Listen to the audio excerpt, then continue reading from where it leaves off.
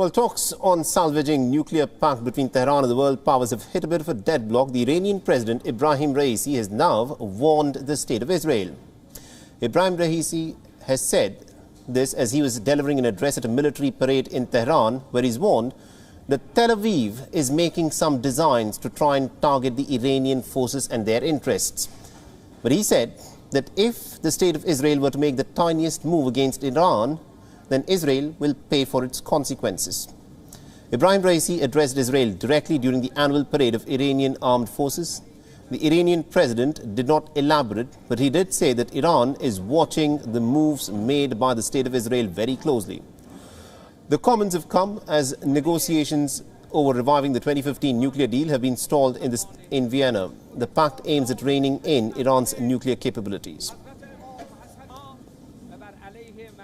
کوچکترین تحرک شما از دید نیروهای اطلاعاتی، امنیتی و نیروهای مسلح ما مخفی نیست و بدانید اگر کوچکترین حرکتی از طرف شما علیه ملت ایران اتفاق بیفته، حتما بدانید که در این حرکت مقصد نیروهای مسلح ما مرکز رژیم صهیونیستی خواهد بود.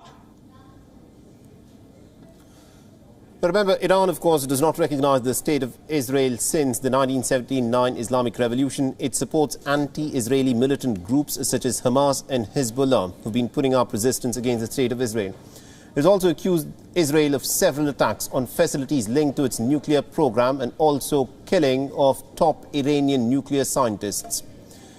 Now, what is interesting is that the state of Israel has neither denied nor confirmed the allegations that it is involved in carrying out cyber attacks and attacks of other kinds and assassinations of top Iranian scientists.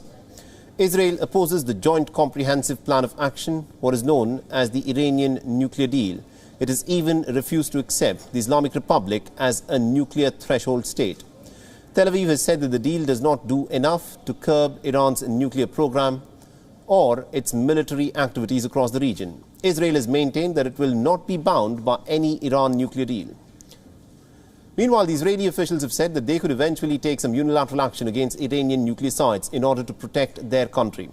The nuclear deal collapsed 4 years ago when former President Donald Trump withdrew.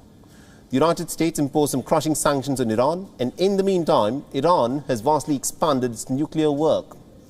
Just last week, the United Nations Atomic Energy Watchdog had said that Iran has started making components for machines, and it has used to enrich uranium at the new workshop in Natanz, which is the country's main nuclear site.